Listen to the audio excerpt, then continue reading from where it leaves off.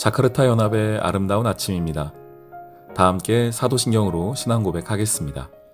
전능하사 천지를 만드신 하나님 아버지를 내가 믿사오며 그 외아들 우리 주 예수 그리스도를 믿사오니 이는 성령으로 잉태하사 동정녀 마리아에게 나시고 본디오 빌라도에게 고난을 받으사 십자가에 못 박혀 죽으시고 장사한 지 사흘 만에 죽은 자 가운데서 다시 살아나시며 하늘에 오르사 전능하신 하나님 우편에 앉아 계시다가 저리로서 산자와 죽은 자를 심판하러 오시리라.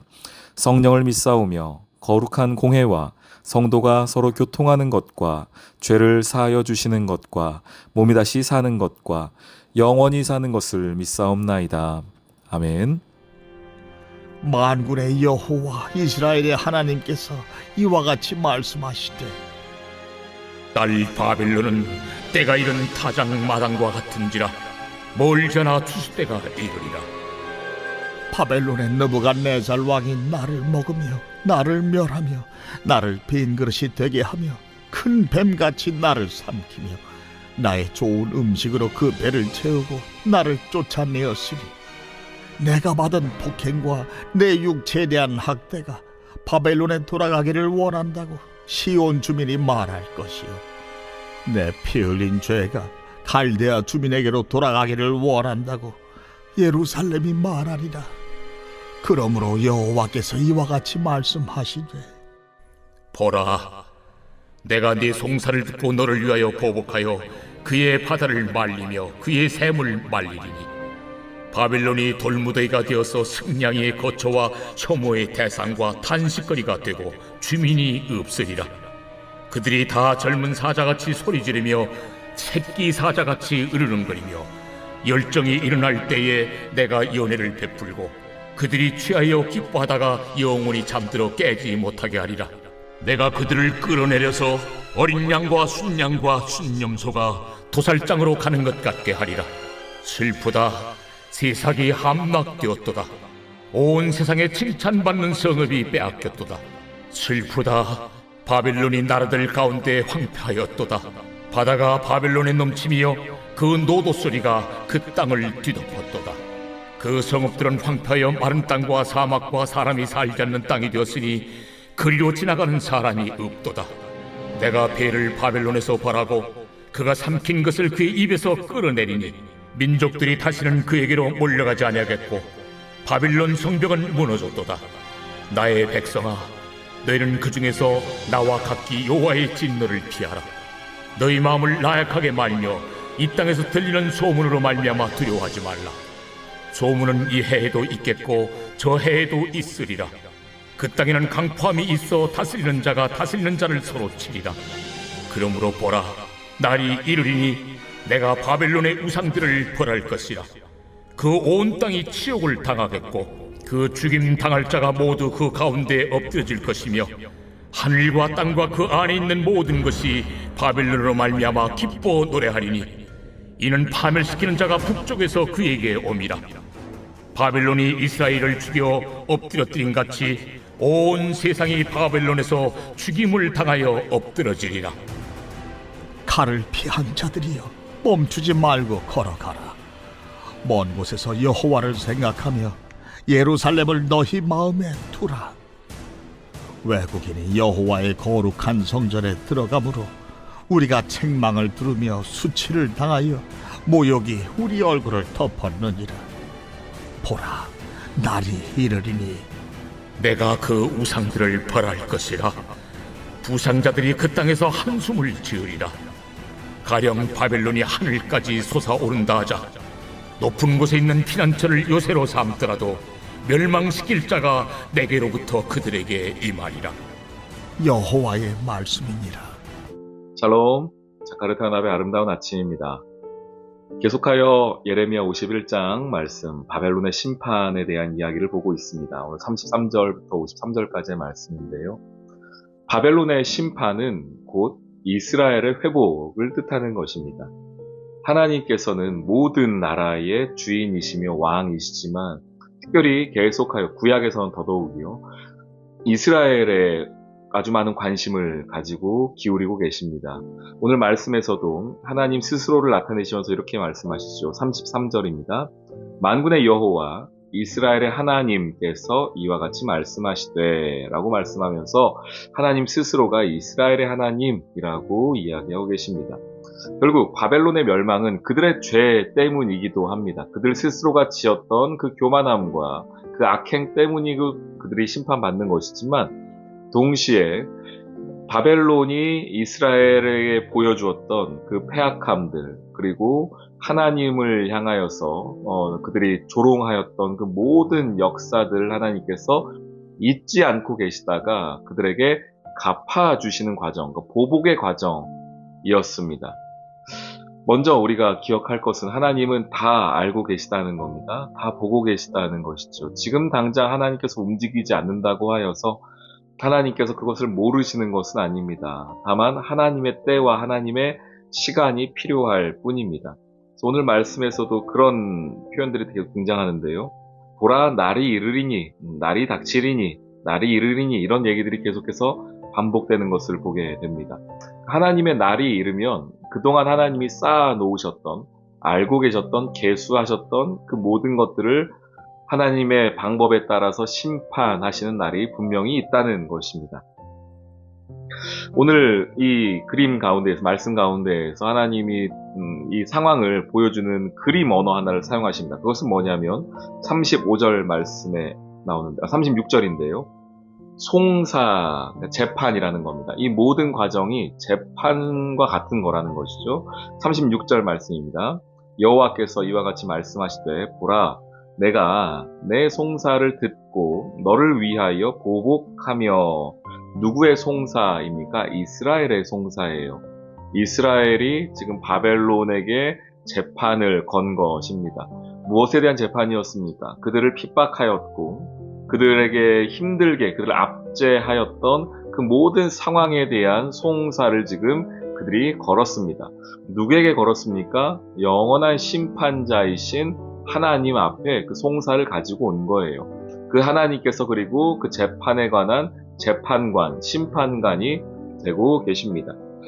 다시 보시죠. 36절 말씀에 여호와께서 이와 같이 말씀하시되 보라, 내가 너희의 송사, 이스라엘의 송사를 듣고 너를 위하여, 이스라엘을 위하여 보복하여 라고 하시죠. 하나님께서는 영원한 정의로운 심판관이신데 그 하나님께서 지금 이스라엘의 억울함에 관하여서, 이스라엘의 아픔에 관하여서 철저하게 보복해주고 계시다고 오늘 성경이 이야기해주고 있습니다. 이것은 바벨론 당시 역사 속에서 바벨론의 멸망이기도 하지만 동시에 성도의 마지막의 그림이기도 합니다.